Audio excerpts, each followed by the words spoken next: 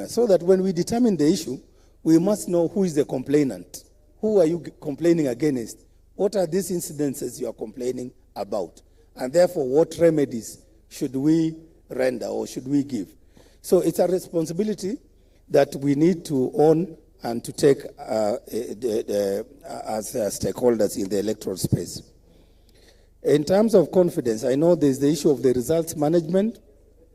I think the issue of the result part has been litigated and it has been determined by our courts. What I think we need to do as a commission is to demystify, I think it was Honorable Odipo as well, is to demystify some of these processes and to explain through a proper communication strategy how everything moves from the moment we set up the polling station, how the results move from the polling station to the constituency tallying center and to the national tallying center. That was the Honorable Kirima's question. I think Kirima and Odipo is a related question. Okay. And I think I'm trying to merge it so that in the interest of time. So for me, I look at it as more of a communication problem. We need to show Kenyans how this thing moves. We need to simulate so that then we understand in all this, there is nowhere, even in law, apart from in Article 138.10, there's nowhere in law that even the chairman of the IEBC plays a role in managing those results. The role of IEBC chairperson is, after we verify the National Tallying Center, is to announce the result to the nation, to give back the returns. That's why we are called returning officers. We return to you that which you have already given to us at the polling stations. And I know in terms of the finality, the courts have pronounced that the results at the tallying centers are final. So our role at the verification center is just to ensure that the candidates have gotten 25% in the different counties, and of course the issue of 50+1. In terms of, think of by-elections having more officials and more police. When I went to Kasipul, yeah. I think I'm...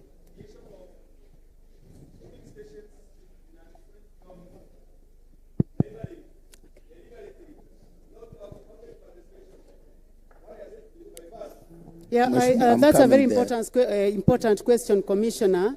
It affects so many counties, Speaker, including I'm Kitui saying and that Tana my River. question was about the creation of polling stations in a different county altogether, which has not been there since 1963 due to the dispute, but has been created without public participation, without involving other people, due to undue influence. What are you doing about it? 8 of them. Commissioner Nderi. The chairman said that question will be responded to by Commissioner Ann. So we'll give you a minute to do that. Yeah. Yes? Delemengit? Thank you, Honorable Speaker. Chair. It's a point of order. Yes, a point of order. I'm also feeling that... What is out of order, member for... I have a feeling that the chair is evading answering the question. Is the function of the IEBC to make sure that there is credible, transparent elections. Again, I would like for the chair not to use the word I think. I want you to be firm and give direction as IEBC. Thank you, Honorable Chair. Okay. Okay, I think... Go on, Chairman. You've heard the sentiments. Kirima, hold your horses. Anne will answer your question. Can I proceed? But Anne, you hold, your chairman will motion you when to answer. Okay. I think, Commissioner Nderitu, you can address the questions around the polling stations and the 2/3 gender rule implementation, and what the challenges we had, the previous commission had on that. Okay, go ahead, Anne Nderitu. Okay, thank you. I hope I can be heard. I will start by that question of the 2/3 gender rule. Whether the commission can implement the 2/3 gender rule. The first thing is that we can only implement together with the political parties. In the 2022 general election, there was a ruling between IEBC and Katiba Institute that obligated IEBC to ensure that the list of candidates that go to the ballot meets the 2/3 gender rule. And I know for sure between IEBC, the Office of Registrar of Political Parties, and political parties, we had a mechanism, and we implemented up and until when the parties went to court and stopped the implementation. And because the ruling still stands, in spite of the temporary injunction that was given by the courts, I think it's still possible for us to work, all of us together, to ensure that the political parties are compliant. And I request, because you are the same people who are in political parties, that you don't go to court then to stop IEBC from implementation, because it actually was an injunction from court that stopped IEBC from fully implementing. So the answer is that it is possible, but through collaboration of political parties and all politicians and everybody that is in the sector. I think I've answered that. The other question is on polling stations. I want to agree, and I think Chair has alluded to it, that we are going to gazette all the mapped registration centers in the month of February, so that from there, when we are rolling out the mass voter registration in end of March, we have all the mapped registration centers. And Chair explained very clearly, a mapped registration center does not automatically translate to a polling station, because if the data is not corrected, it's not enough. The voters are not enough, they don't meet the threshold, then we revert back to the polling stations that are enough to make the cap of 700. So if it's not possible, then we cannot translate it. So we have about 3,000 mapped registration centers and that have been mapped by the stakeholders, and we are going to gazette all of them for purposes of data correction. After that, we shall come back to the issue of allocating the polling station based on the data corrected. I think that should come out very clearly. There's also the question of polling station mapping, the Tharaka-Nithi, the constituency, the border polling stations. I don't think you are the only one. There are a few cases of border polling stations that some voters cross over from one constituency to another. And I think it's a question of us coming and mapping the polling station and engaging the stakeholders, so that the stakeholders are told your boundaries, this constituency boundaries reaches here, and your polling station, this polling station is in this constituency. Yeah, we are going to do... To exclusively manage your voters. You must also help your voters to tell them where they will vote if they have to vote for you. The last question that we needed to respond to is the question of election timeline. The timeline, we are going to also launch our operational plan that we shall invite you, and we have all the timelines of the elections. So we are doing the election operational plan that will include all the timelines. That's why we never been able to put in our presentation this afternoon. Thank you. Chairman Endelea. Okay, thank you, Commissioner Ann, for responding to those questions. And I think on the issue of result management, I think there was Mheshimiwa was concerned about that. I think the issue of the result path has been clarified, and we have been given guidance by the Supreme Court. So, and again I was saying, because even right now, Mheshimiwa, there's a case that some group took to court, again on the same issue of the results path. And for me, from the way I look at it, we need to communicate better so that Kenyans will understand these issues were settled, and this is how the results move from one level to another. So that to avoid this unnecessary litigation and, of course, misunderstanding. I think the issue of There was a question by Honorable Rueda, Lamu East. I don't know whether she's still there. She's still here. Yes. I think I think it has been explained. We do not make decisions on boundaries for constituencies and wards in the boardroom. This is a stakeholder-driven process, and which is why we were even arguing that we need time. By the time we come to Lamu East, go to Lokchogyo, at the same time Kilgoris, Central, all these to listen to every Kenyan, then we need time for that. And so it's a consultative process that at the right time, we will come to Lamu East. We will not do it at the boardroom. I hope I've answered you and I've assured you. Then, okay, there's a hand up there. So thank you very much. Honorable Speaker, can we take another round of 10? Yes. Now, focus a little We focus more on the those who are behind. There's Mr. Speaker, number one will Excuse obviously me. be Honorable Makilap. If you could just allow, there's one question that we have not answered. Question by Naomi Wako. The question by Naomi Wako has not been responded to. Of course, I think the issue of the drought in northern Kenya and mass voter registration. We actually discussed the issue of the impact of the drought in the registration process. And part of the reason why we moved registration of voters from November, December, the mass voter, to March, was because we considered that during those months, there may be some rain, there might be some relief. But drought, of course, it's a national issue that the government and, of course, you members of parliament and leaders from that region should also consider addressing, even as you work with us, to ensure that we sequence the events in order to have even those pastoralists and special interest groups captured in our data. And, of course, the issue of distribution of IDs, we are working with the National Registration Bureau.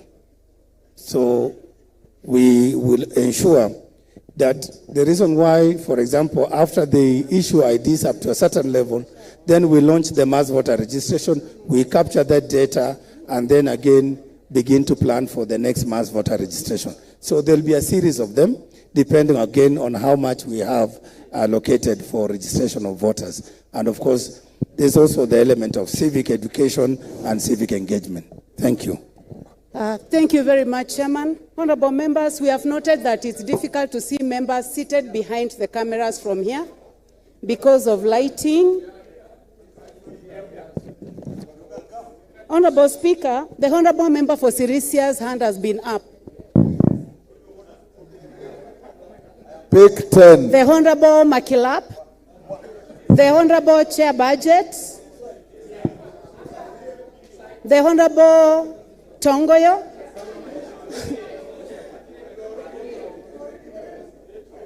the member for Seme. Is anybody writing for me? Member for Taveta.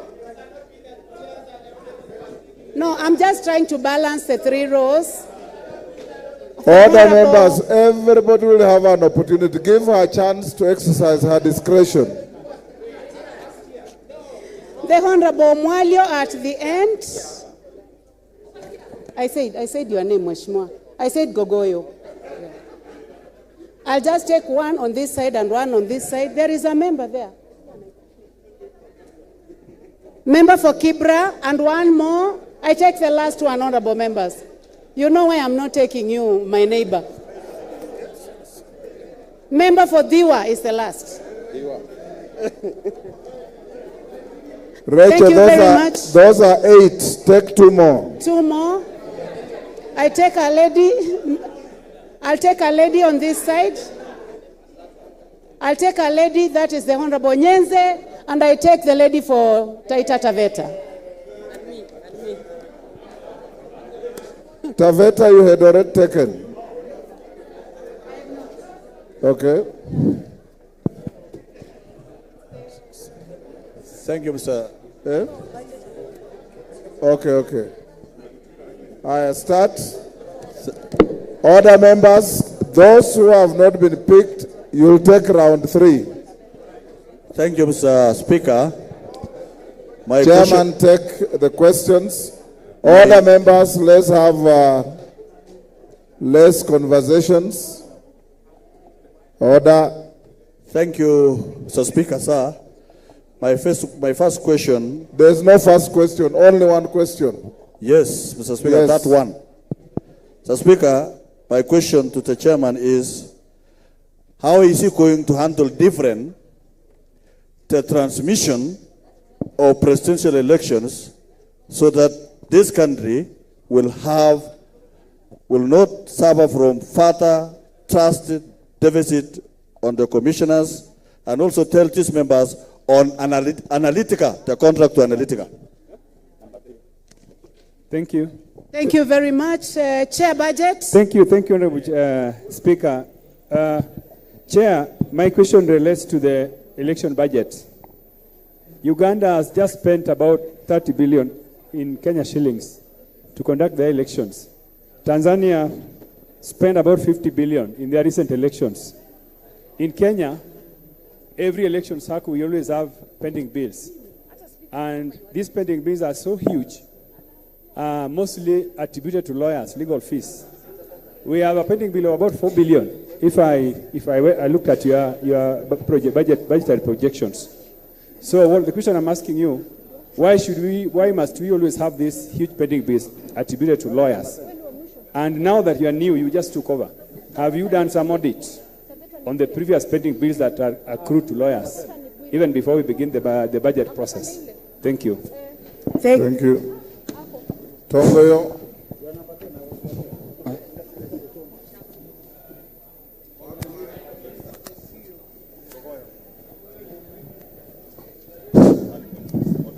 Thank you. Chair, my question is... Ngogo, is it you or me? It's me. Ngogoyo. Honorable Speaker, we have both Gogoyo and Tongoyo. Gogoyo. Okay. Gogoyo. Thank you. Chair IEBC and the Commission, I have one question.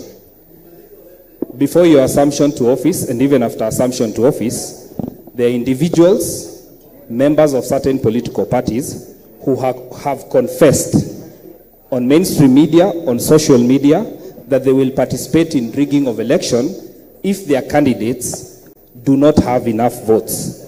What actions or what have you done, and especially to those ones who have done it, who are state officers, well-known members, who are members of certain and specific political parties? The Honorable Tongoyo. Thank you, Madam Speaker.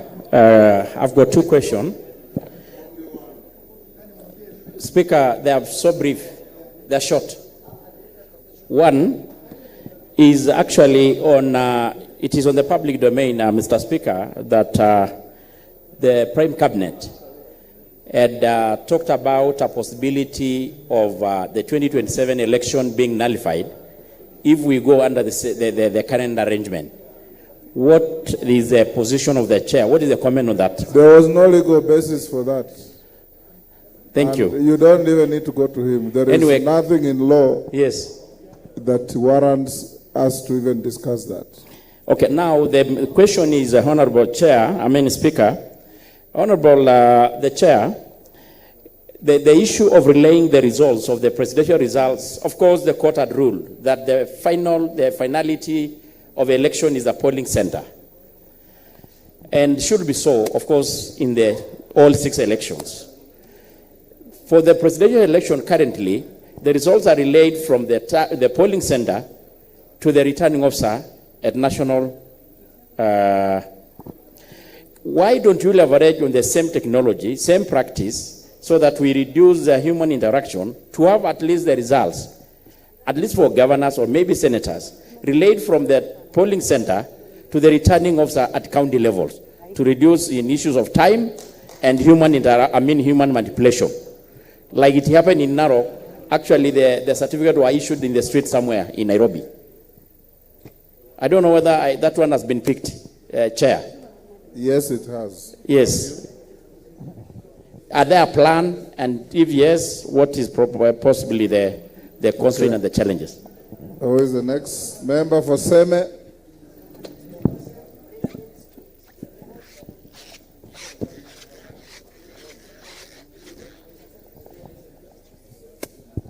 Thank you, Mr. Speaker. My question is, why does IEBC seem either unwilling or unable to take action when electoral laws are openly and flagrantly violated?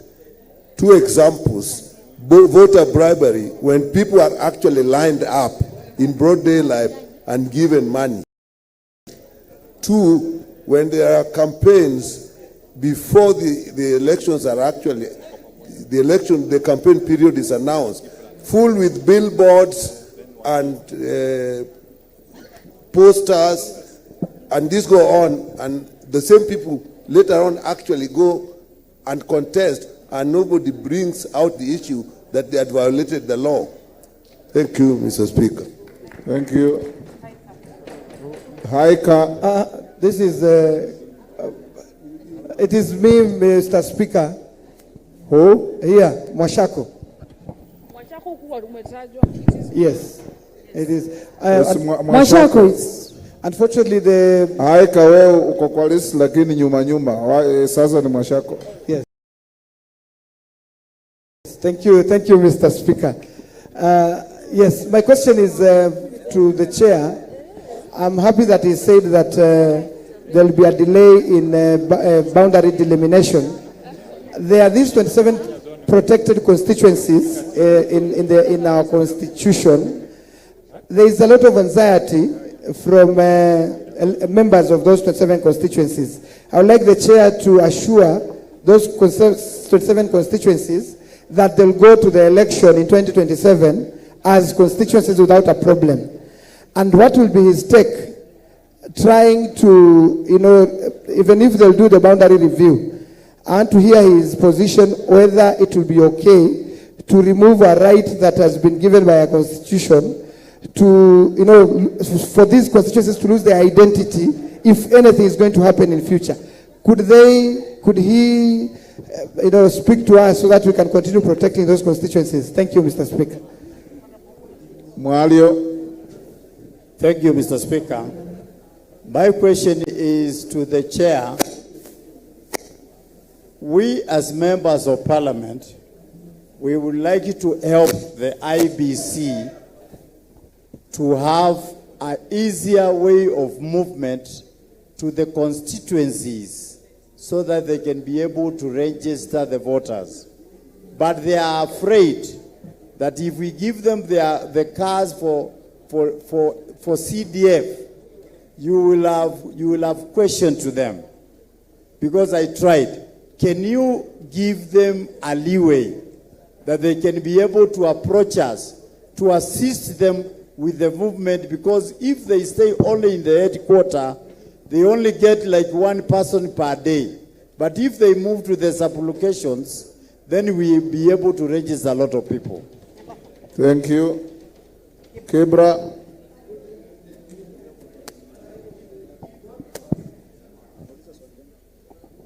Thank you, Speaker. The chairman has talked about interagency outreach. Yet there are thousands of IDs of the Kenyans lying at the headquarters, regional headquarters. What are they doing to ensure that people get their IDs so that they can vote in this election? I'm saying this again because in my constituency, people have been denied their rights to vote because of verification. That is the Nubian community.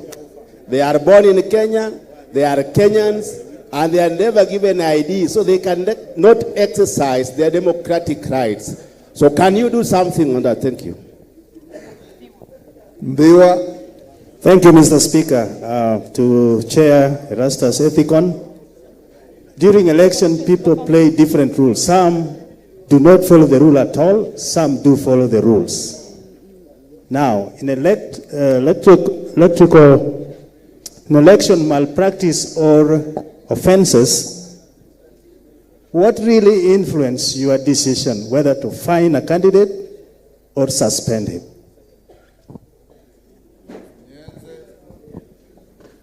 Thank you. My question is on the presidential elections. With the advancement in technology, what is so difficult in actually considering the polling station results as the final results? Then we take the shortest time possible to announce the presidential results. Thank you. Aika. Thank you, Mr. Speaker. Just to inform the IEBC chair that I chair the committee on diaspora, therefore my question would be on diaspora. Mr. Speaker, as per the presentation just made on matters voters registration, it has been stated that for diaspora, registration will take place in January 2027. And that is if there'll be budgetary allocation. You know, if there'll be availability of budgetary allocation. So then my question is, what if the budget will not be favorable? Will there be that voter registration? And given the amount of money, the remittances that the diasporians are sending back to the country. Thank you, Mr. Speaker. And if you can allow me, I have one more question. IBC has been, there was a time you are updating every weekly, daily, the number of voters who are registering. Of late, we are not seeing the updates on per sub-county, on how many people are registering daily. What is happening? Chairman, back to you. If you are assigning to your colleagues to help you, it is good to say this question will be, there are 10. Assign them, answer those that you can, then they can come in.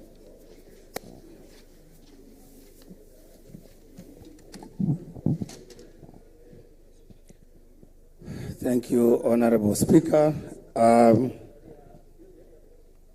think I will assign some questions to my colleagues. I think, once again, Commissioner Nderitu, you can elaborate on the issue of registration of voters, touching on the updates, why the updates stopped, and when are we resuming, then the issue of diaspora.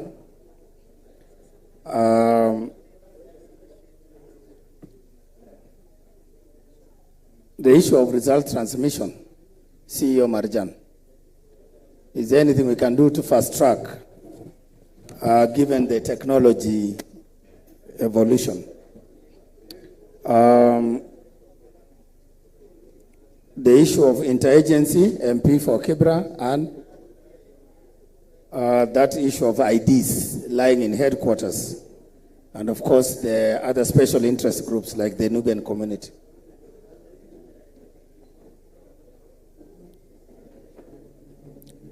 So I will begin with some, and some I will assign directly to my. So the issue of result transmission, I think if we look at our electoral processes and the electoral laws, our elections are actually largely manual. And we rely, for the case of presidential, we rely on Form 34A, which is consolidated at the constituency level to Form 34B, and then it's that Form 34B that is brought to the National Tallying Center. And this is because we need not only account for the results at the tallying center, but we also need to verify. That requirement of verifiability, that is why we have the National Tallying Center. So there's nothing that changes there. It's just to make sure we have a look together with the party agents. We have a look at the results once more and to satisfy ourselves that they are the correct.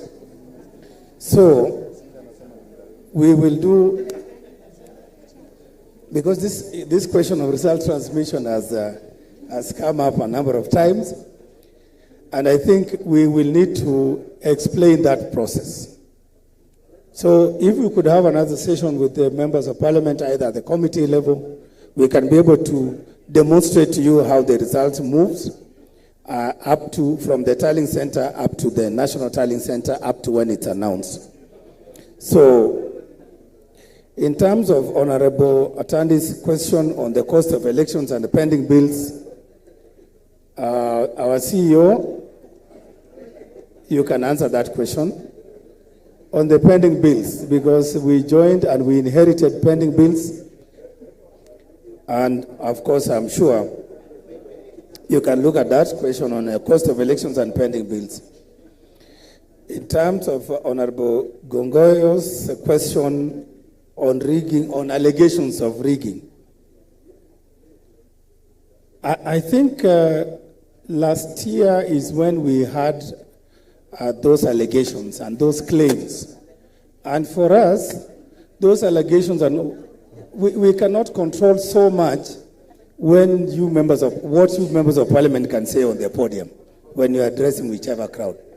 But what we can do is to interact with you to find out on what basis, because there's no legal basis for you to make those allegations.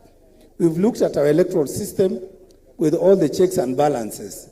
We don't see anywhere where somebody will come and rig elections within our areas of control, which is the polling stations, the tallying centers. We have not seen that.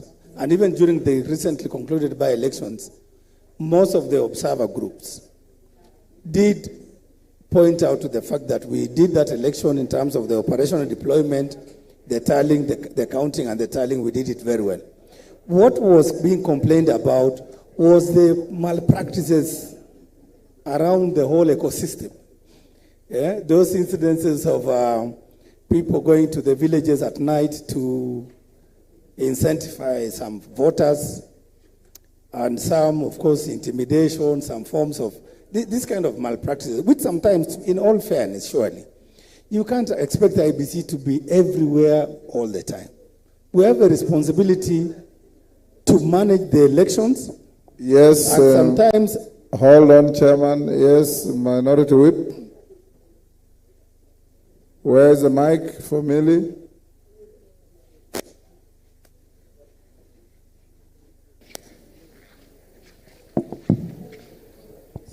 Thank you, Mr. Speaker. Mr. Speaker, I would ask the chair to spend some time with members and they'll tell you the challenges that emanate from your end. There will be problems that will emanate from politicians, but I can give you one perfect example, which happened in my own constituency.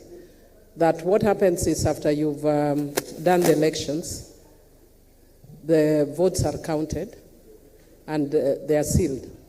What your presiding officers do, they take plus the results, seal them in the box, and disappear. They'll bring the box, then they cannot be opened, so they can't be counted. So what do? They look if they think you are a stronger candidate. They do that in all they just buy your officers. So they do it in your strongholds.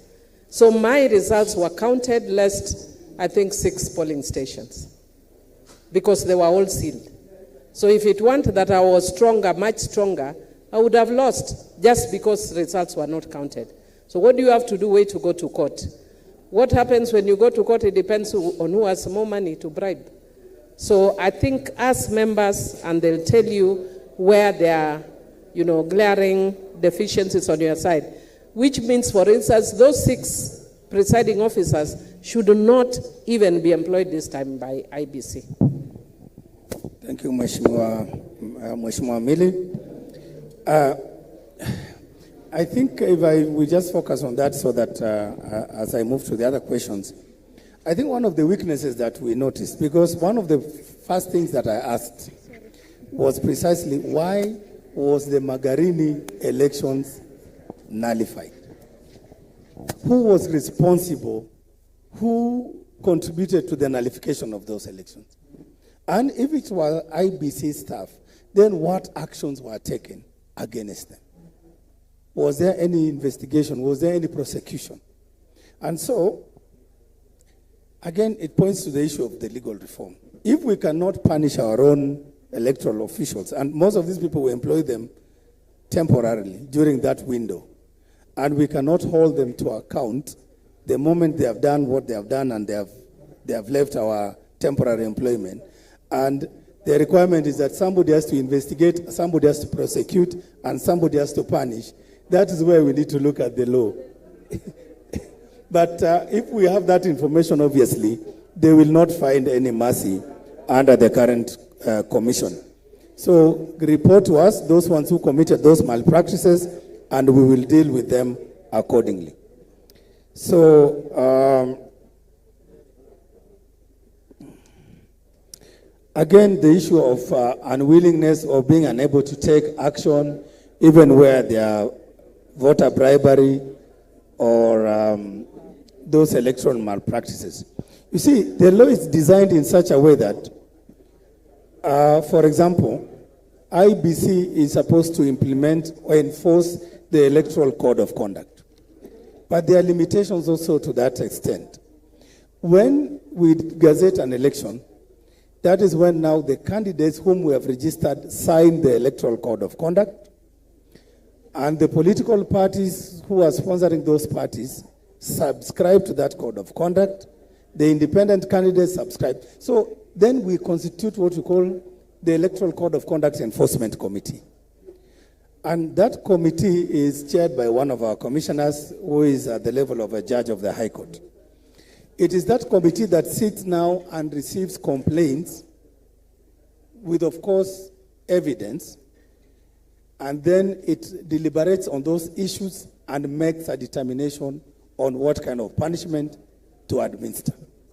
But from our last by-election, after the fact, that is when we hear complaints. That's when now people complain, there was this, there was that, and yet we did not receive any formal complaints so that then we can summon those people. And remember, in an electoral context, we're also dealing with a lot of work.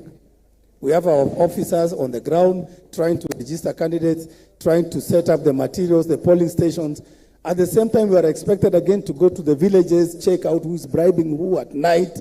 At the same time, we are supposed to deal with the incidences of violence. I don't know whose gangs are fighting against whose gangs. So surely, we need to do something as Kenyans, while understanding that elections must represent that free will of the Kenyan voter. That we give them a chance, we give them a conducive electoral environment so that everybody, enjoys the whole exercise, free of violence, free of intimidation, free of bribery, and all those malpractices. So we also have our own limitations as a commission. And of course, if you commit what we call electoral offenses under the Electoral Offences Act, it is the ODPP that is supposed to investigate. We are also party, we report incidences, and then that also takes another process, another course of itself. So we are also limited in as much as we want to police and to make sure elections are done in a conducive environment free of violence, intimidation, and bribery. The issue of protected constituency, I don't know whether Professor Adol is here. Professor, please answer to that. The issue of helping IBC to use CDF government vehicles to improve movement. We will appreciate that. But then, of course, there are challenges around us that happening. Of course, previously we used to use government vehicles to conduct... Kombe, what is it? Is this Kombe? They are responding to questions already asked. What is it?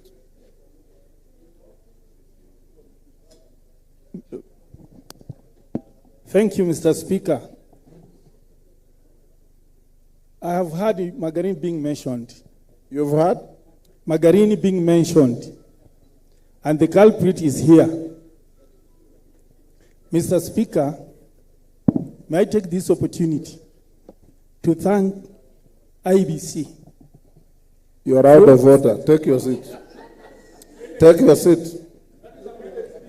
Take your seat. No maiden speech. Mr. Speaker, I want to make it clear that there was no proper nullification in Magarini in the 2022 elections, and I explain. Mr. Speaker, if you will allow me. You are out of order. Take your seat. If you will allow me, I will explain. Take your seat. Magarini is not on trial here. The fact that Magarini is mentioned doesn't give you an opportunity to say the things you want to say. Okay, thank you. I think, Honorable Speaker, I will allow my colleagues to respond to the questions. Professor Adwal on the issue of boundaries, Commissioner Ann. Professor, you have been assigned a question to answer after you, Ann. You have been assigned a question to answer after you, Marijan. In that order. Thank you, Chairman. I think the question was on the 27 constituencies that are considered to have been protected from 2012. That protection was only interim.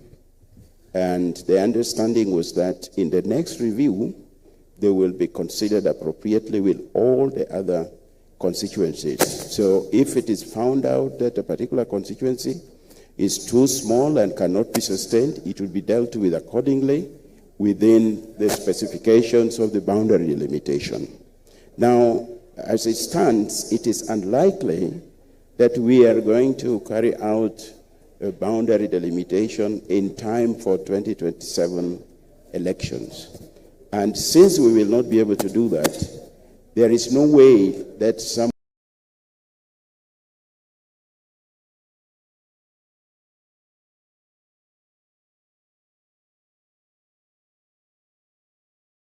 can say that those constituencies will be interfered with. Then it will depend on the circumstances. If we end up with an increase in the number of constituencies beyond 290 now, then perhaps many, if not all of them, might end up being sustained. Now, it should be understood like this. We have 27 constituencies that were adjudged to be too small. The reverse is that there is about 30 constituencies also that were left too large in order for these small ones to exist. So when the limitation comes, all of that will be taken in its stride. And if a constituency needs to die, I hope we Kenyans will make that decision. I hope we will not get to that level, that we will say that a particular constituency dies. But you, Parliament, will have to make big decisions on whether you want that to happen. Thank you, sir. And Ritu. Thank you, Speaker. I think I had two questions, but one of them on the cost of election, Commissioner Hassan is ready to respond. But allow me to speak on the question of diaspora registration. First of all, currently, we have 12 countries where Kenya has registered voter in the diaspora. And in this particular election cycle, we want to increase a few countries on top. Maybe our mapping is up to 17 countries. And within countries, like for example, the US, we establish more polling stations so that we are able to reach the Kenyans in the diaspora, because we recognize, as one of the members said, that they are a great contributor to the growth of our economy. The concern was, why are we pushing registration to the next year? It has only to do with timelines and the budgeting. And there's no way the budget will not be there. This particular period, we shall be mapping those stations and then preparing the equipment and everything. Then, when we are doing the second mass voter registration, then we shall capture diaspora as part of the voter registration. Currently, we have over 10, around 11,000 Kenyans who are registered as voters in the diaspora. We expect that we shall, by opening more stations, we shall increase as many stations and as many voters as possible. One of the issues we are proposing is probably looking at how results are transmitted from the diaspora. And I know Marijan, as he answers that question, you address the issue of how are we envisaging the issue of transmission of those results and voting from the diaspora. The other question that the chairman asked me to respond is the issue of IEDs and the interagency collaboration between us and the National Registration Bureau. We have an active MOU that we are signing between us and NRB, specifically on data sharing, so that they are able to share with us where IDs are and where they have not been issued. So we are going to work together, especially during the mass voter registration. We are going to station our clerks together with the registration officers, especially those who are distributing IDs for people who are already registered as citizens. So we are going to match them so that we are able to work together. And it's true, we have an MOU that we are developing, especially on the area of data sharing. In the issue of the ASO areas, and especially the northeastern regions, where we have a population that is on the move because of pasture, we have mobile registration centers. We are going to move with them. So one of the areas that a registration officer is expected to do is mapping. Where are they in terms of registration, in terms of the pasture? So we are going to follow them where they are. And it's not the first time we do that. That has been the tradition of IEBC, to look for them where they are. And that's why we are saying the voter registration, mass voter registration goes up to the polling station level. So we are going to trace them where they are, of course, using collaborative approach with the agencies on the ground who are able to tell us and guide us where we are. I think those were the questions. I think, please allow me to.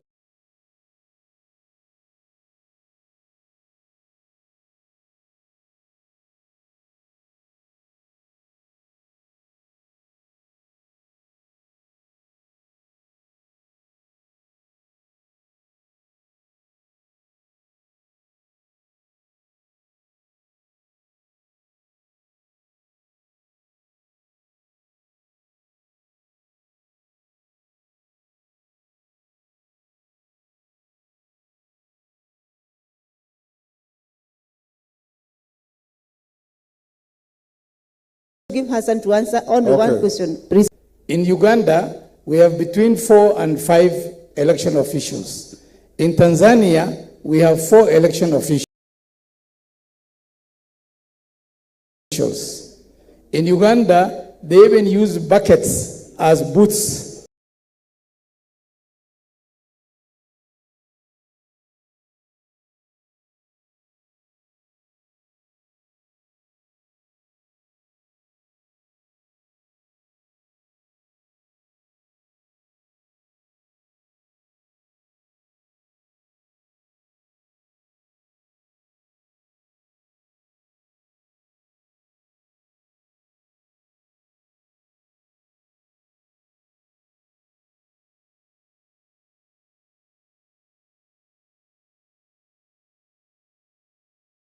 They are using basins as booths, rather.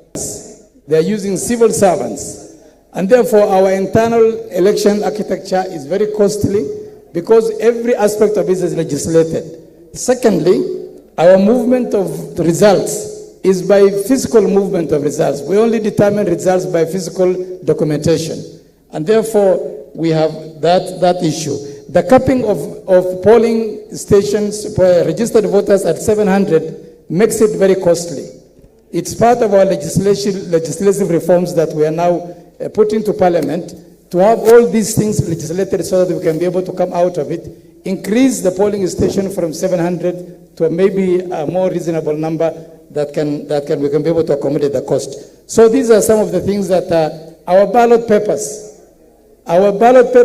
are more costly than our legal tenders. Pesa ambayo tulio nayo, printing money, it's more costly to print the ballot paper. We have nearly 10 security features on that ballot paper. And all this is legislated, and therefore we have to reduce this legislation. So those are the things. Secondly, Mr. Chairman, Honorable Speaker, of security.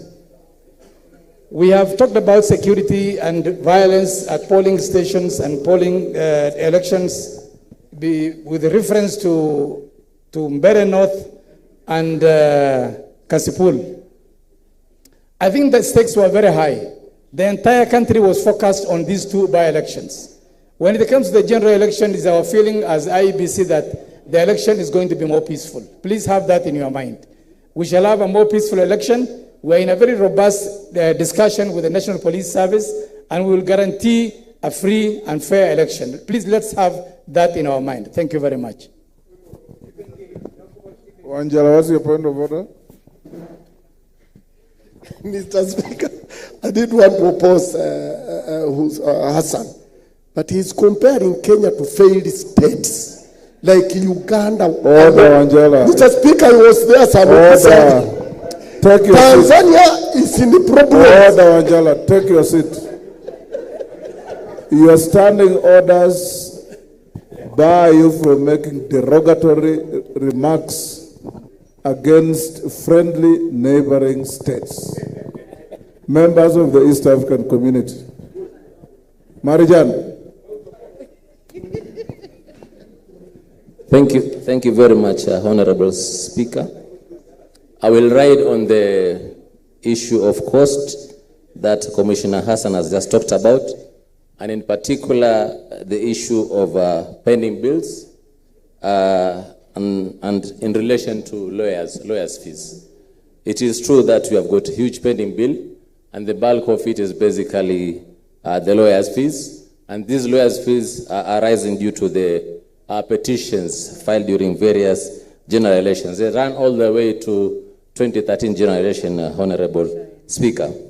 Now, I look at the causes of these pending bills into two. One of them is the fact that we are given and the other issue is the fact that we are given a budget, and this budget is given at the election financial year, such that when it comes to paying at the end of the financial year, we are given budget, but there's no exchequer. So then they are actually moved into pending bills.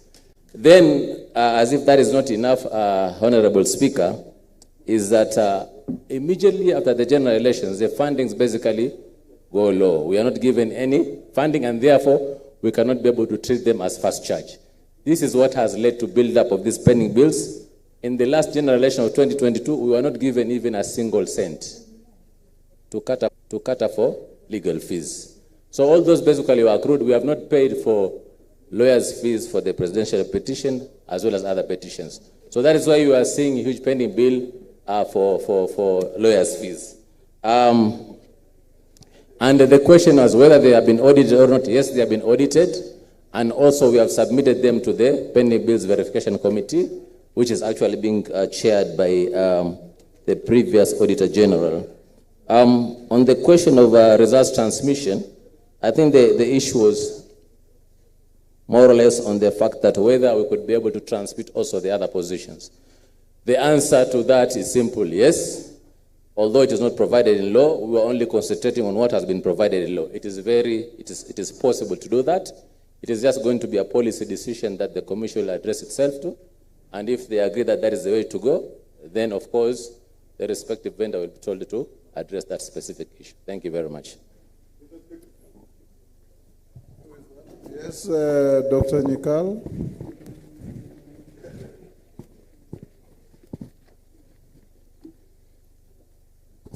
The chairman indicated that I raised the issue of things like voter bribery, premature campaigns. And his answer was that it is expected that as people who are campaigning, once you have signed to the conduct of elections,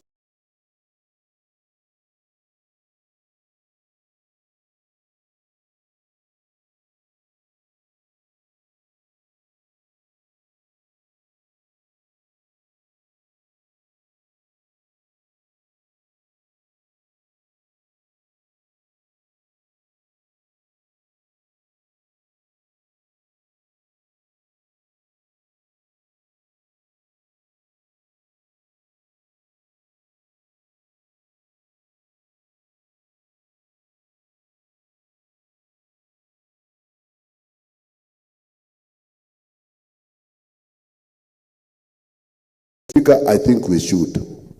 I think we also, besides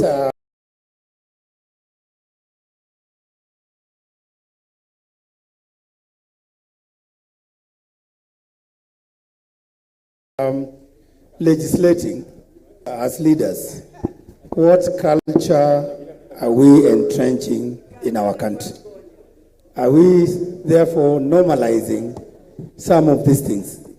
Are we, or do we have to do something about it? So there'll be that case for legal reforms to give IEBC more teeth. The last by-election, we were under enormous pressure from citizens to even disqualify some of the candidates. But when you look at the Electoral Code of Conduct, you can't just wake up and without any evidence to disqualify a candidate on the basis of sentiment. So we need to improve on that Code of Conduct and the Electoral Offences Law, but we also need to ask ourselves, beyond legislating, what else as leaders, what culture, what legacies are we leaving behind? I thank you, honorable members, for this wonderful members.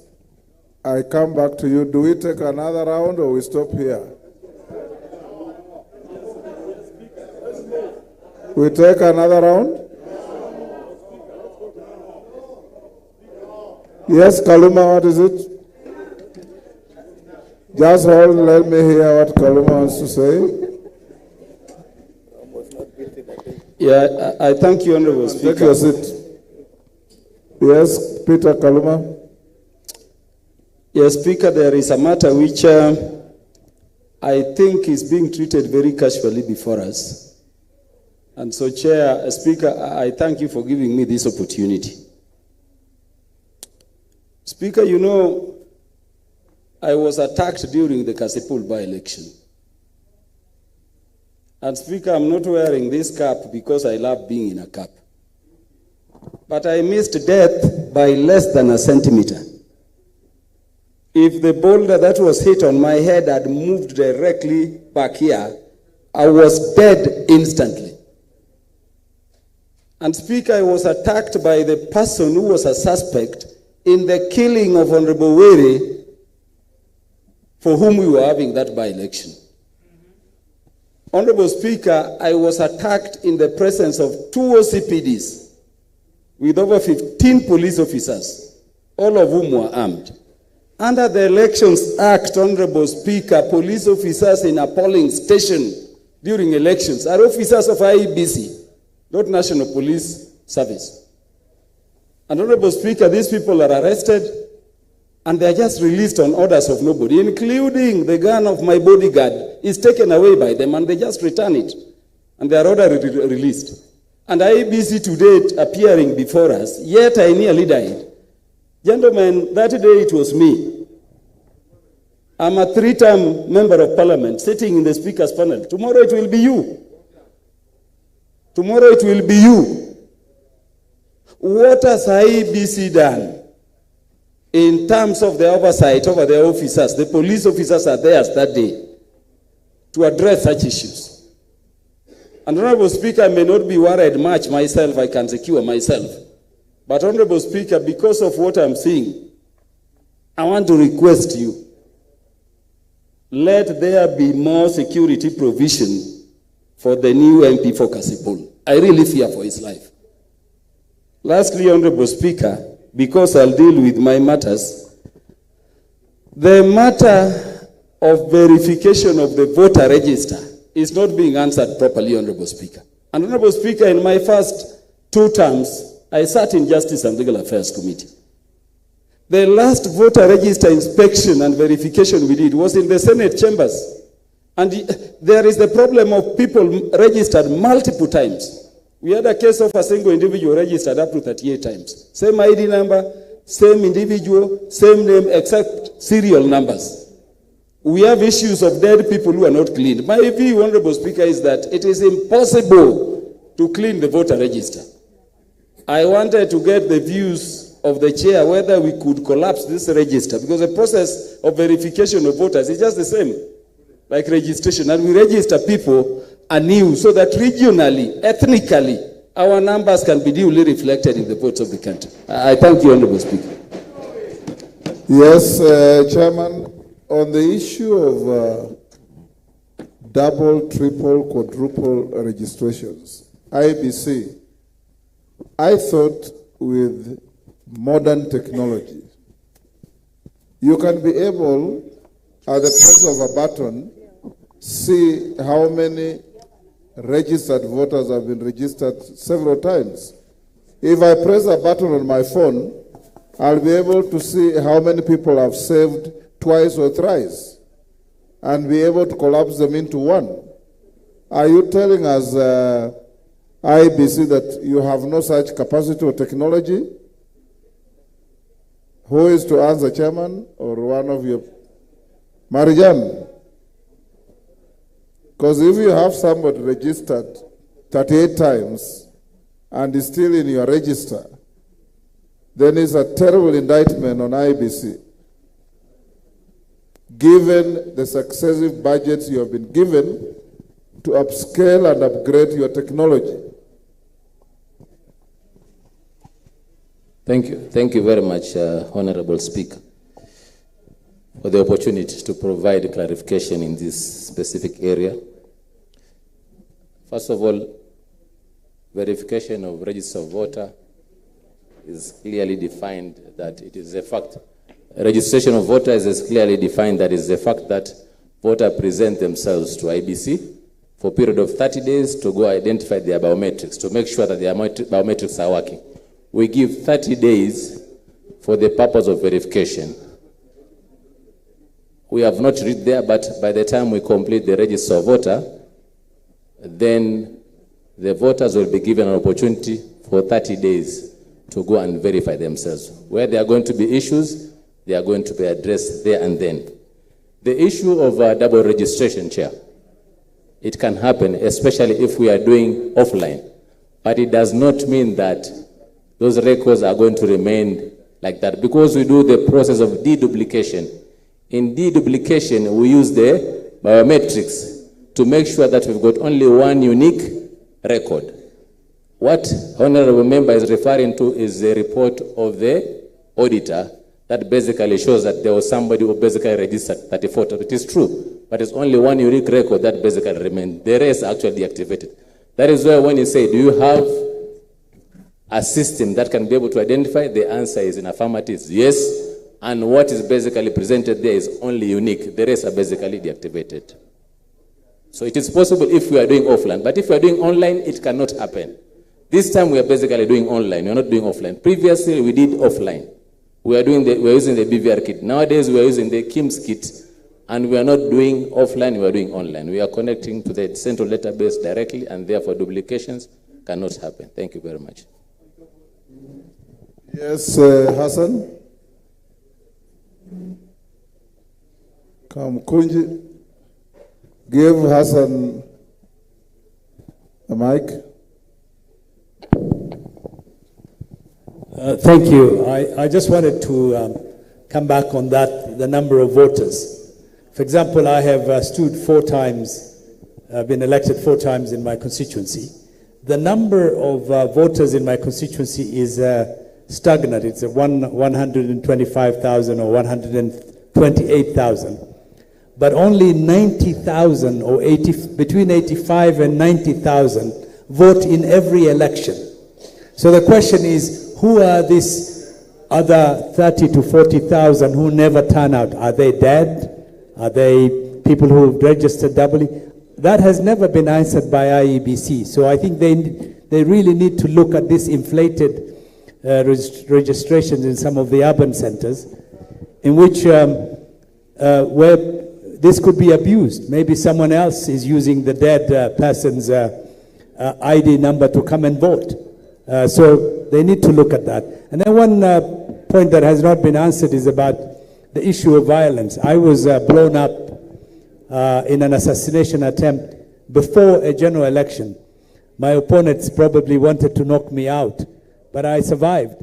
But no investigation has been done with the IEBC or any of the institutions to find out who did that and what are the lessons learned so that we protect others from similar situations, just as Mheshimiwa Kaluma has said, that we are not dealing with violence during elections in the serious way that it needs to be dealt with, because the violence perpetrators get away with it, and they can do it in every election because there are no costs, there is no punishment, or there is no deterrent.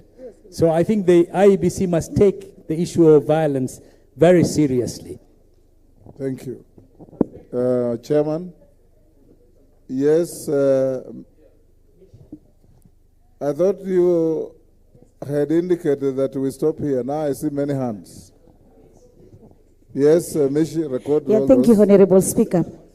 Honorable Speaker, I just wanted to ask the IEBC if they have a mechanism to verify those names which have been given through the party list before they guarantee those people for nomination. I'm asking this because I've seen in several areas that somebody has been nominated to represent person with disability and yet it doesn't have any disability. Somebody has been nominated to represent gender, a position for a woman, but a man has been given that position. A position has been nominated for a youth. Gender doesn't mean woman. No, yes, gender, it depends. Yes. For the arithmetic, it can be a man or a woman. If a chance is for a man, is a man. If for a woman, is a woman. But a chance for a woman, you see a man has been given that position.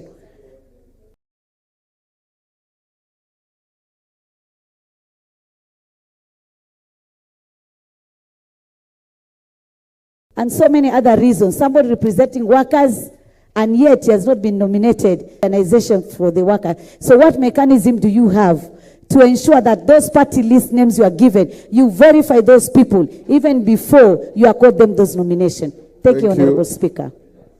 Member in a red jersey, is that Bowen? Who? Bowen?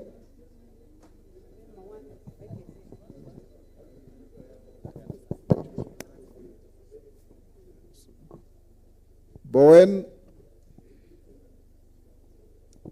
Thank you, Mr. Speaker. Mr. Speaker, I just want to make a comment, especially on how the IEBC, they are working on to make sure that their register is integrated with the births and deaths system, so that where there is deaths, Honorable Speaker, in between, the system should be able to delete automatically that photo from the voter register.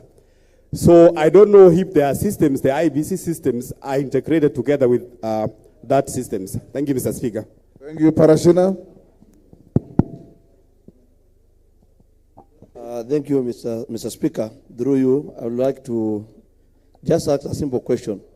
You have really given directives on legislative issues, but the presentation of IEBC, they have talked about the issue of budgets, or they might want to be given to them.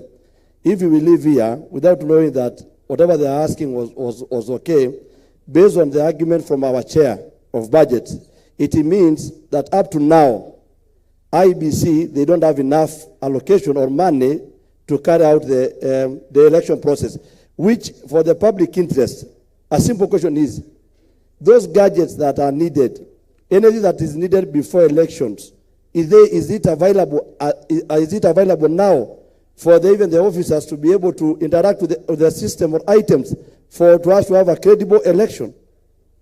Thank you, Mr. Speaker. Thank you, Kombe. Don't go back to your elections, ask something else. Thank you, Mr. Speaker. Mr. Speaker, my question is a very simple one, but it's somehow confusing on the other hand. The possibility, Mr. Chairman, the possibility of a candidate getting 0 in his own polling station, that Mr. Speaker, is really disturbing me.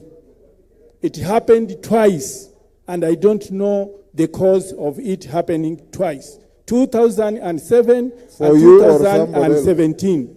For you? For me. You could have been the only voter and you spoil your vote. But we leave it to... Yes, Posing? Posing? Yeah, thank you, Honorable Speaker, for seeing us at this end. I think you have a strong eyes, and we thank God for giving you those eyes.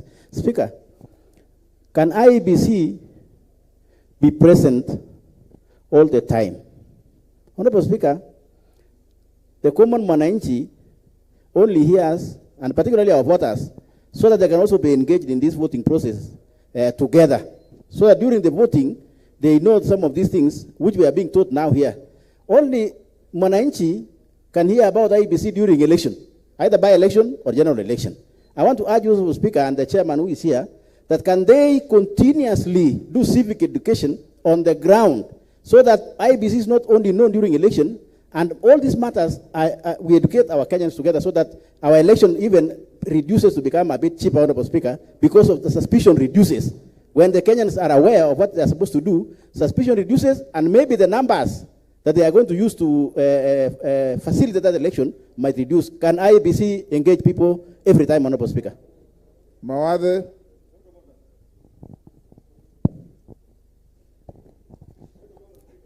Thank you, Mr. Speaker. Hold on, Mawade. Who has a point of order? That is? Member from Boni. I'm not member from Boni. I'm Mr. Mboni. I'm David Boni. Rural, sorry. Speaker, I'm just wondering because I've been trying to catch your eye. And Honorable Kaki was here. Who? Honorable Lecho Kaki, Nyamai. She's your neighbor. She's Yes. the one who has run the... Yeah, she was here. And she told me she cannot give me the mic for reasons I know. Me, I don't know the reasons. So, and now, Speaker, now even you now, you are actually jumping me. I've been here even before Fosin was here. Yeah, so I don't know. Member for Kitui. Rural. Yes, can I ask my question? You are casting aspersions on the chair and you are out of order. Take your seat. Take your seat. Mawade.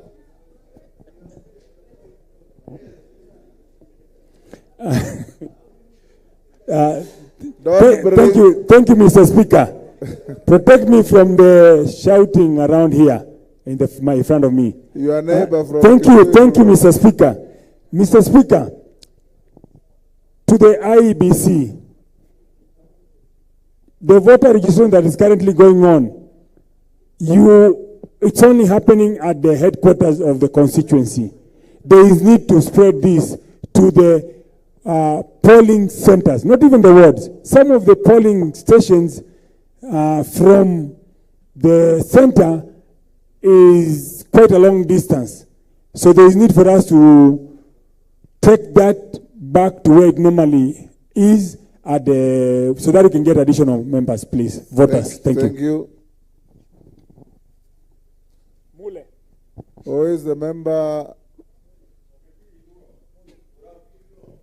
Borabo. Thank you. I was here before. Thank you, Mr. Speaker. Mine is just one question to the IEBC. Is there any specific law that bars you from printing ballots locally? Is it that we don't trust our institutions? No, even of MCA, because, Mr. Speaker, I believe we use it is the trust deficit that we have and suspicious minds. Is there any law we can print for MCA? Thank you, Osero. Is that Osero? Yes.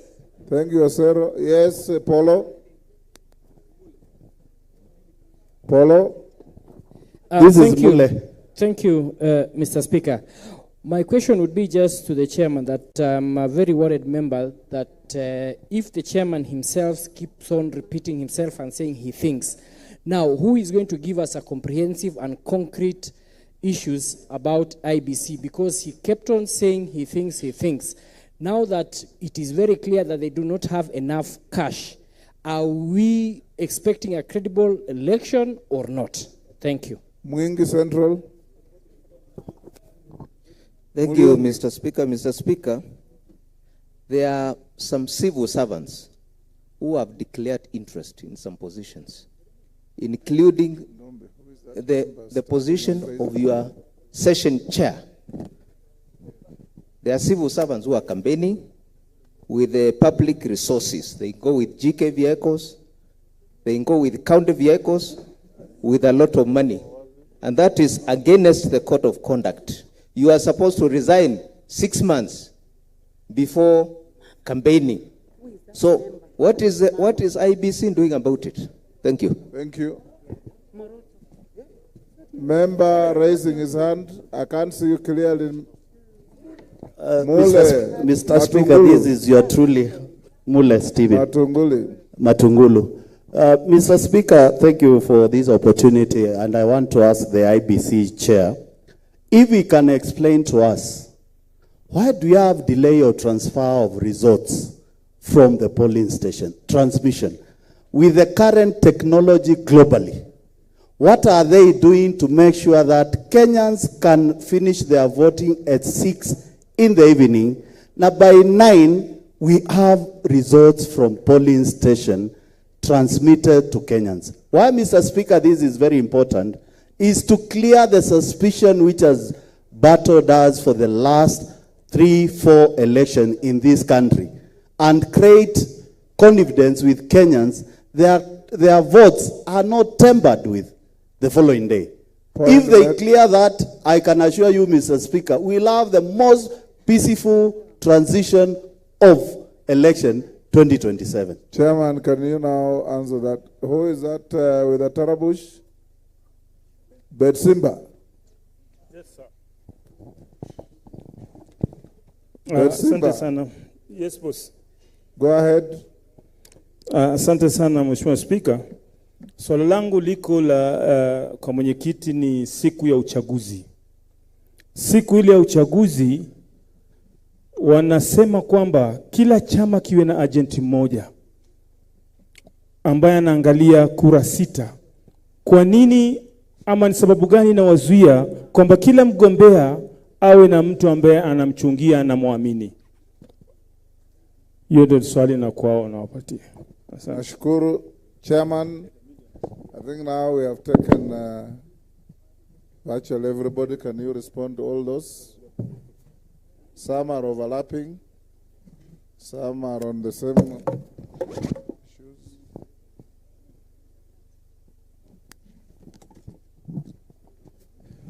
Thank you, Mr. Speaker.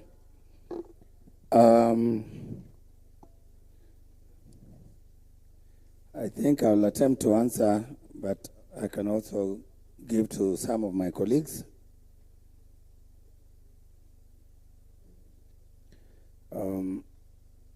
Yes, okay. There was a question around the register, and I think that has been asked by Honorable Hassan. I think there is a process through which we handle the register. So at the moment, since we resumed the voter registration at the constituencies, then once we do the mass voter registration, we want to capture as much data as possible. And then, of course, going forward, there are those processes that are provided for in law. We will need to do the verification of data by the individual voters. We open that, that process is open. But also, the register goes through audit by a reputable firm, which will check now for us the register to ensure that we clean it properly. But more importantly, the register is a public document, and we publish the register. By the time you are going to your elections in Kamukunji constituency, for example, we have a register specific for Kamukunji. And that register, the one we publish in the Kenya Gazette, must match with what we have in the KIEMS kit, the Kenya Integrated Election Management System, the digital register. that we will use during elections. And again, it's a consultative process that political parties need to be active players in it. Individual members of parliament need to pay particular attention to it, so that at the end of the day, we have a voter register or a voter's roll that meets the integrity tests, that can be verified, that is acceptable to all Kenyans. And that is what we will do this time round. So we urge you to follow and be active as we undertake the voter registration, but also the verification and the audit of the voters' roll and the final publication. On the issue of dealing with violence, honestly, I don't think IEBC alone has the solution to this menace or to this very unfortunate thing called violence in our electoral system. So as stakeholders, as we IEBC do our bit to enforce the Electoral Code of Conduct, let us also do our part. And if it means strengthening the law, please let us strengthen the law. If it means enforcement mechanism, if it means creating that specialized unit within IEBC to police the electoral environment, if it means giving us the prosecutorial powers, let us think outside the box. Let us do something about it. For now, we will continue lamenting, we continue sharing our sentiments, and yet it is us, the leaders of this country, that must do something about this phenomenon. So please let us think about it, because I believe this was a dialogue, an interactive dialogue for us to share our ideas on how to make things better. The party list, I think Commissioner Nderitu, you've interacted with this thing for many years, and I do know, again, there is a procedure for which political parties do their nomination or the party primaries. There is a procedure within which they decide who to put in the party list, and there is a process through which we publicize and we publish. So I think Commissioner Nderitu will explain in response to Honorable Mishimboko's question. In terms of linking our registration process, Honorable Bowen, I think. You know, in Kenya, we have various registration systems. When you are born, you registered as a child born in this country. You are issued with a birth certificate. Then when you attain 18, actually by the time you report to your nursery school, you are registered again as a nursery school pupil or child, ECD. When you move to primary, again you go through another registration process. Junior secondary, senior secondary, all the way up to university. In the process, you attain 18, you are registered as a citizen, again issued with another document called the ID.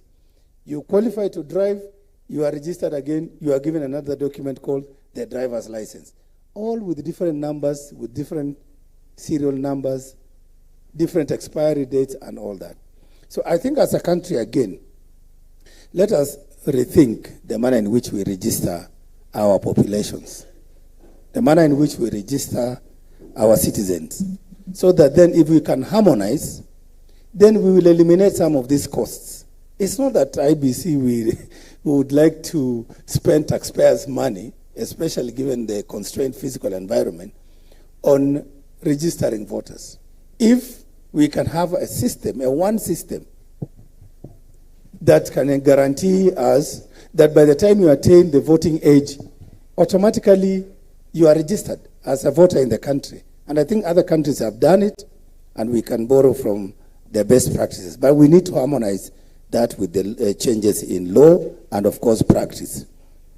So at the moment, we are actually working on that MOU so that then our systems can read one another, so that we can share data.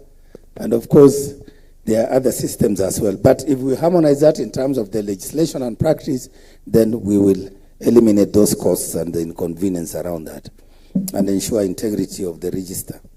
Honorable Parashina, my brother, I believe you have spoken about the issue of timely resources and the adequacy of the resources. So, Mheshimiwa, that was my appeal the whole afternoon, that whatever we need, if you can provide us on timely basis, so that if it is undertaking procurement, we do it on time. If it's the kits, we get these kits on time. And you know, in Kenya, of course, one of the major risks we face is this litigation left, right, and center. The moment we start major procurement like this, there'll be people, vendor wars, and all this.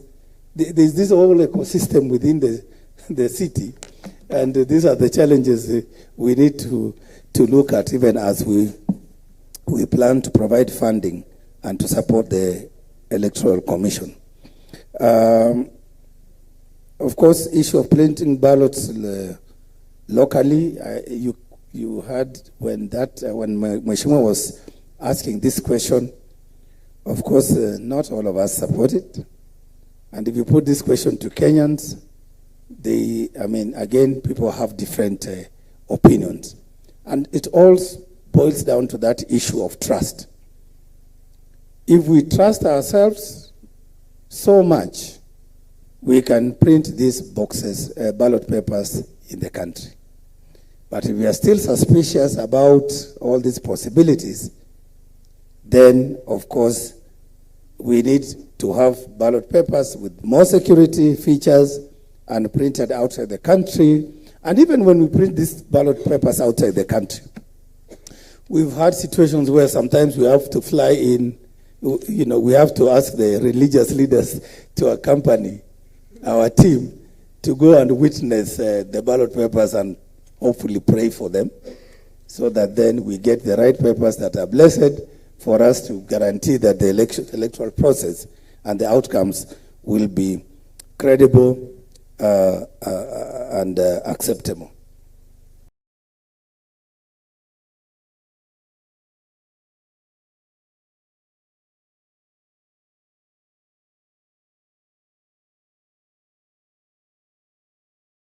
So there's that issue which we must continue working. And sometimes trust, trust is not something you can walk to a supermarket and purchase. Trust is something that you build right from yourself, that you trust that being in this room, you are secure, you are safe, that going to eat the food we had over lunch or the tea we'll have after this session, that tea will be safe. It's more of an individual thing. And then it translates to a societal, to a community issue. Both in our constitution, in our institutions of governance such as IEBC, then we can address a lot of these other challenges that arise, including the cost of elections. On the issue of civil servants campaigning using government vehicles, again, this issue it's against the law, and we all know it. Civil servants must start campaigning after they have resigned and they have made up their minds that they are now venturing into this political sphere. And they must abide by the laws. And I've had situations where some sitting members of parliament have come to our offices and raised these issues with us. But what I've always advised is that report to us in writing. We are a country, again, governed by the rule of law. We as IEBC are also obligated to follow the Constitution, to follow the due process issues, to make sure then you don't just show up and complain without evidence, and then we go to Kitui or Turkana to look for somebody and take action on the basis of no evidence. So support us to report those incidences of electoral malpractices, including those ones perpetrated by civil servants. We need to bear in mind due process issues as we are also requested to deal with those issues. issue of transmission of results, honestly, this issue, these commissioners are concerned, even for us internally. This is an issue we wake up every day to discuss with our secretariat. What is it that we can do differently to ensure that this time round, 2027, the result, that there will be no delays, even for those ones that we are transmitting through online, through the electronic system, and that the physical forms, Form 34As, Bs, and all that, you know those forms because you have interacted with them before. How do we ensure that this system is harmonized so that we get these results as quickly as possible? We are working on it. We are thinking through. We are discussing with even service providers in terms of technology. And we will be briefing you of those decisions that we will have taken as a commission to just ensure that we improve on the systems insofar as result transmission is concerned. And if we call upon you to change some aspects of regulations or the law, please do assist us as well in order for the country to register an improvement in result management and transmission. Thank you very much. In case I've left any question out, I think my colleague Anderetu will respond and then we can move forward. Thank you, Chairman. I think there are also a few other questions that Commissioner Talala and Mary Karen here can address, which were asked. Yeah, but let me respond to that one of our party list. The question was whether we usually verify the party list. The answer is yes. Party lists are submitted as closed party lists. The question was, why do you allow party lists that don't reflect what the law says? PWDs, you end up with somebody who is not a PWD. Yeah. Gender issues, is probably a woman to take the slot, you end up with a man. That is what Ms. Shimbogo asked. Okay. In terms of responsiveness of the party list, I think we look at all the requirements of a party list against the law. For disability, you must produce a card from the what do you call that organization? National Council of Persons with Disability. There must be a card proving that you are a person with disability. And we have no reason to doubt another public institution when a card is produced in terms of processing of party list. And then somebody indicates, and Honorable Speaker, you know, we don't invite people to see them, whether they are disabled or not. We rely on the documentation that has been provided by the relevant government institution. In terms of gender, I have no recollection where a man has been representing a woman. Right now, Mr. Speaker, I don't want to mention names. Right now it is happening. There are people even nominated as a youth and somebody above 40 years. First of all, in fact, Mr. Speaker, whatever I've said is happening now, and we have those people. So what we are asking, whether you will have other measures or other mechanism to ensure that you give the right persons according to the category they've been nominated for. Because if you're just going to be relying on the papers and you know how Kenyans are, then we are losing up. I think it's upon also any person who actually immediately after nomination who can raise to the commission, because it should be cancelled. Really, a man cannot represent a woman, and I agree with you, we rely on documentation majority of the time, where somebody has indicated is female, and their ID also, for some reason, indicate then he's female. That is fraud. And fraud can only be detected when a person now appears. And the same case applies for the person with disability. If he tells us he's disabled and he has all the relevant documents, I think the members of public like yourself, Mheshimiwa, if you notify us, I think it should be cancelled. Nobody should.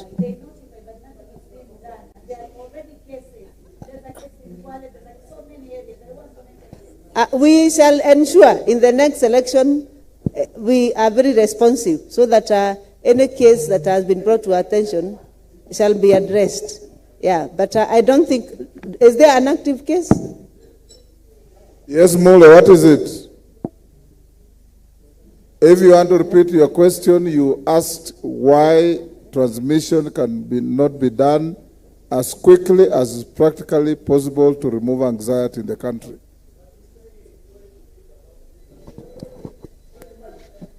Don't give him the mic. I've rephrased his question. Chairman. Okay, Take your seat, Mule. Can I finish here? Yeah, finish. Yeah, by saying some of the names, genuinely, some of them is mistakes. Because parties indicate they are not able to tell whether somebody is male or female, because the names are very sinatatanisha. So, and the party has just indicated as female, so the commission... And it is very simple.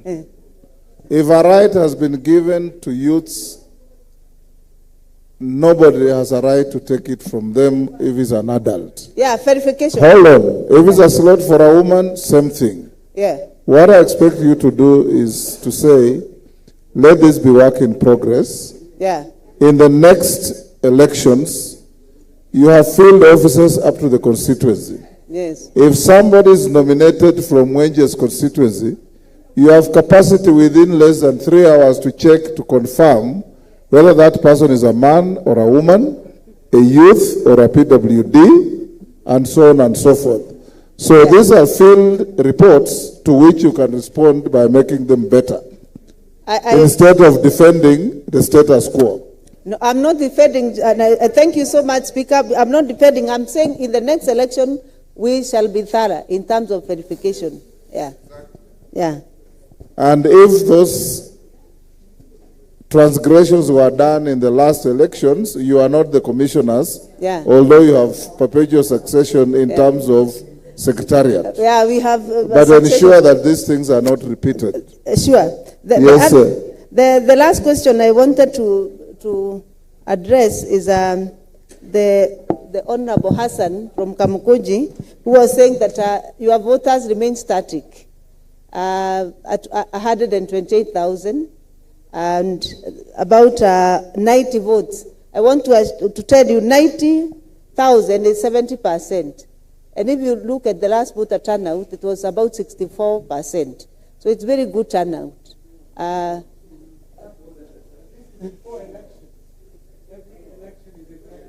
But this time round, because we are doing mass voter registration, it is very important that we mobilize voters in that. His question was, yes, he has about 128,000 voters. But for the last 3 elections or so, there is a constant graph of a turnout of just about 90,000. Yeah. Is it because there is a possibility that over and above 90,000, those are ghost voters or non-existent voters? I think it's, Speaker, with all fairness to the Commission, is a question of voter turnout. Yes, yeah, I agree with you. Yeah. And Hassan, if this has happened in 3 elections, knowing how studious you are, you would also have found out whether the 128,000 exist or not. Yeah, thank you. Thank you. Commissioner Antola. Chairman, who else have you assigned? Yeah, Mukhwana? Yes, sir. Asante sana Mheshimiwa Speaker. Kwa heshima nimeombwa nijibu hili swali liloulizwa na Mheshimiwa Kosing, na ameuliza kwamba mbona tume huru yaonekana tu wakati wa uchaguzi. That why is it that the IEBC is only visible during elections? And then he added that why is there no continuous voter education? That observation has a lot of validity, Honorable Speaker, because when we arrived, the greatest challenge in my directorate as the chair in charge of voter education partnership. Angela, this order follows you everywhere. Order. Anywhere Angela sits, there must be disorder.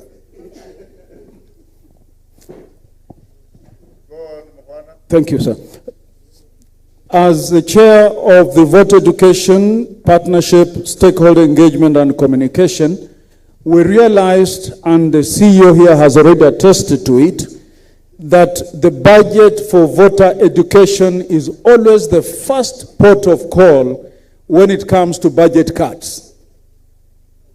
For some reason, with profound respect to our decision makers, they seem to view education for voters as not being so important, and they would rather we go to the real thing, which is election operations.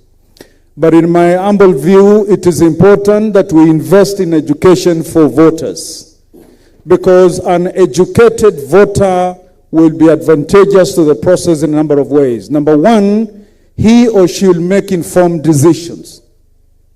Number two, a voter who is well enlightened in civic education appreciates his or her civic role in participating in national activities. And number three, there will be less instance of spoiled votes. Honorable Speaker, in the last budget, what had been requested was 1.2 billion. The budget cut was 790 million. So 790 million was chopped off, and we were left with 500 million only. So you can see the priority here. As a result, in my directorate, which I have the privilege to chair, we have serious shortcomings in terms of combating what we now have as a menace in the electoral space, which is misinformation and disinformation. Misinformation and disinformation in the internet space has become so sophisticated that the Commission cannot combat that with meager resources. And that's a challenge. You know that most of you, honorable members, you have been victims sometimes where you say one thing, before you realize there is a picture of you complete with things that you have not said. And by the time you correct it, the damage is done. So we need a requisite capacity to be able to respond to disinformation and misinformation, to be able to help the credibility of our election, the brand of the Commission, and above all, to stabilize the nation's peace. So finally, Mr. Speaker, because of budget cuts, we are not seen there. In fact, as the CEO has said, when we arrived, nothing was happening at the Commission in terms of voter education, because the perception is after election, hakuna kazi, ngoja uchaguzi mwingine. Kwa hivyo, hapa tunaweza kuomba Mheshimiwa Spika kwa hisani na kwa heshima, ukiweza kutusaidia tupate mgao wa juu kwa elimu, washikadau na mawasiliano, tutakuombea Mwenyezi Mungu. Asante. The quality of the response will reflect the quality of your request. Thank you, Mr. Speaker, sir. My voice is not very good today. I have a flu. I wanted to make a comment on the elections offenses. However, the chair has responded to it. But I can inform these honorable members that the election offenses were managed by IEBC from the year 2011 to the year 2016 under the Elections Act. However, in the year 2016, the election offenses were moved to the Election Offenses Act, and the powers to prosecute were transferred to the office of the ODPP. And what is left with IEBC now is only to investigate and work with ODPP for prosecution. So maybe that's an area that needs to be looked at so that the powers can be transferred and IEBC is not accused of not prosecuting the people, the offenders, because now the powers are with ODPP. What we have now, what is left to the Commission, is the enforcement of the Electoral Code of Conduct. And I would want to remind all of us that the Electoral Code of Conduct kicks in when it comes to the general election from the day of gazettement of the election date until the day the members are sworn in. And in a by-election is from the day the writs are issued until the day of sworn in. So maybe we need to harmonize that one and we get back the powers so that we can prosecute those offenders. Thank you. Chairman, wind up. Mule, I see your hand up again. What is it? Can you give Mule the mic? I hope it's something new.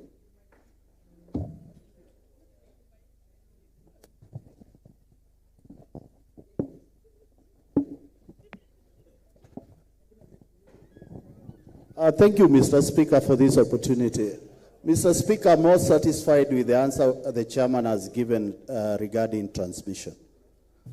Mr. Speaker, I've been elected 4 times, and 3 times I was with you. Mr. Speaker, I just want to tell the chairman, by the time I leave my house to go to the IEBC tallying center, because I have agents in every polling station, I already am aware of the numbers I've won with.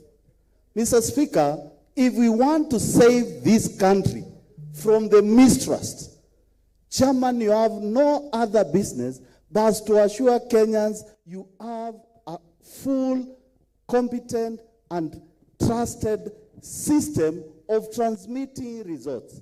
For example, Mr. Speaker, if results are counted from 6 in the evening, by exactly 8, Mr. Speaker, the chair of IEBC, through his officers who are in every polling station in this country, should have a mechanism to transmit those results to the commission, and the results can be verified by them. Point made. Please, Mr. Chairman, Speaker. Pardon? There is no point to reinforce what is so obvious. Thank you, Speaker. Thank you, Right Honorable Speaker. I think as we wind down, we have. Mr. Speaker, sir. I think Mr. Speaker is. I'm sorry, but my question was not answered concerning the agents during the voting day. Yes. Huyo mheshimiwa aliuliza bwana mwenyekiti kwamba masharti yenu na sheria zenu zinasema kila chama iwe na wakala mmoja katika kila polling station.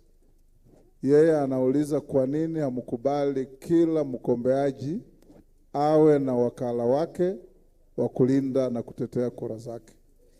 Thank you, Honorable Speaker. I will defer that to our Vice Chair to answer very quickly on but I believe party agents, I don't think we have any big restrictions, but for the orderly conduct of elections, we also need to regulate because there are limited spaces, but yeah, you can. Honorable Speaker, honorable members, I was going to Hold on, Vice Chair. Sunguli, I don't see anything out of order.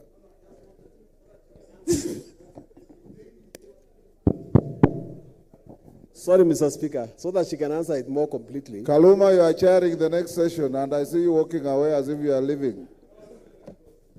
Okay. Sometimes, Mr. Speaker, it is insisted that we have one agent per coalition. And there are areas where the same coalition has two candidates. It happened to me sometimes back that the URP and the TNA were in the same coalition. I was in TNA, but only URP was allowed to have an agent. So how do you reconcile the fact that agents are not personalized? I think the most rational thing is that the candidate on the ballot paper should have their agent. And that other thing is actually democratic fiction. It cannot happen. It should not happen. Thank you, Honorable Speaker and honorable members, my chairman. I was actually going to leave here sick today, not having had the chance to speak. When everybody has spoken from the commission. So Allow me to just comment on the question that the Honorable has just asked. And I will say this, Honorable Speaker. As a commission, we have been deliberating on so many issues. And on this one, number one, we all understand where elections take place. The polling stations are mainly primary schools. Now you can imagine a situation where we have 34 or 36 candidates, and where each and every candidate must have an agent inside the polling station. However, this is not to say that it is not possible. I want to request that in the spirit of the voter education and stakeholder engagement, Honorable Speaker, together with your team, you are our first client, and we will sit down to ensure anything to do with the elections, we will come up with the best and enhanced systems and policies. On the issue of result transmissions, the chair clearly indicated. But allow me to just say that number one, currently, as per the Constitution, and you are the people to tell us if we are not maybe telling the truth, the law is binding us to our elections being manual. By that I mean, yes, by the time you are leaving your polling station or your constituency, as a member of parliament, you already know the results. The law says that RO must physically deliver the form to the tallying center. We all know the challenges of logistics in our constituencies and counties. So not unless we change the laws, which I believe you are here to support us, we will always be the last to announce, even if everybody knows who is the winner. The other thing is the issue of counting. Professor here, our elder, I am in the committee of ICT, and all of us led by the chairman. We have ideas, we have innovations on how we can improve technology to transmit and count results. When the time is right, we shall come back and have that conversation. Now I will not go home sick. Asanteni sana.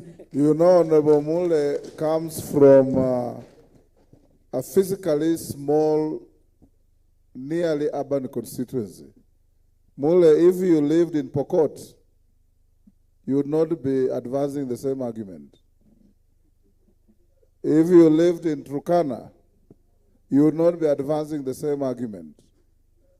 There's validity in what you are saying, but that validity is not for general application given our topography and how this country stands today.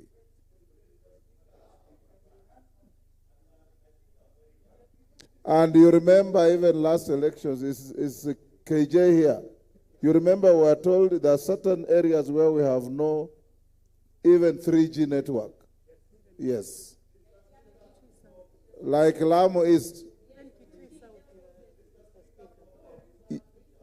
Yes, Mule. I'm not defending anything. I'm simply telling you that your argument cannot be for general application. We go to Pokot and see the difference. Yes, Nicholas Gigor. Mule, surrender the mic to Nicholas. You already made your point. Mr. Speaker, with all due respect, this country, as we speak right now, there is a fairly cover of transmission through Safaricom in the entire republic.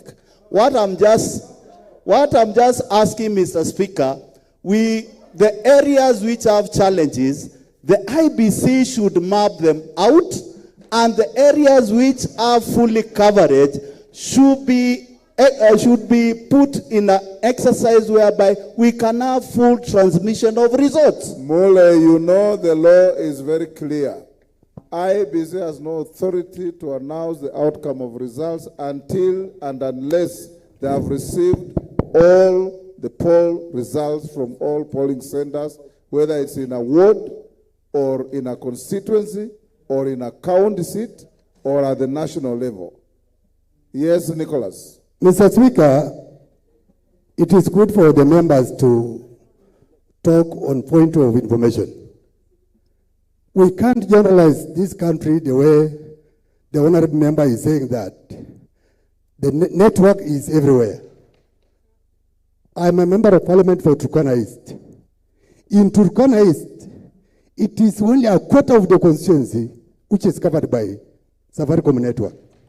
So when you generalize and say that the submission of result must be done in the entire country at the same time, are we really trying to be fair? Because in my constituency, it takes 2 days or 3 days for some result to reach the tallying center. And somebody here is just saying, we just transmit the result, you walk from your house, then the result, you meet with the result at the tallying center. It is not possible in some areas in this country. It cannot work. And even in my constituency, we use the helicopter to go and help some areas to bring the result. Rueda.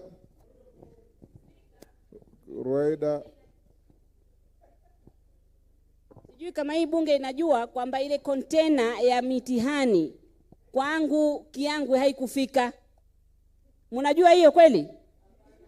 Inchi sehemu zingine the ground is different.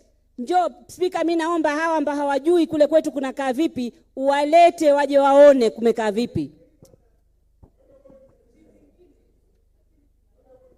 Elachi.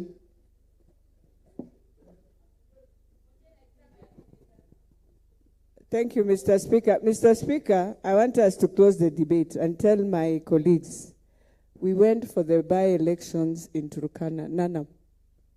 We used a chopper. And yet, we went 230 kilometers to leave one ward to go to another ward. So let us stop that debate. Let us move on if we want to do the next session.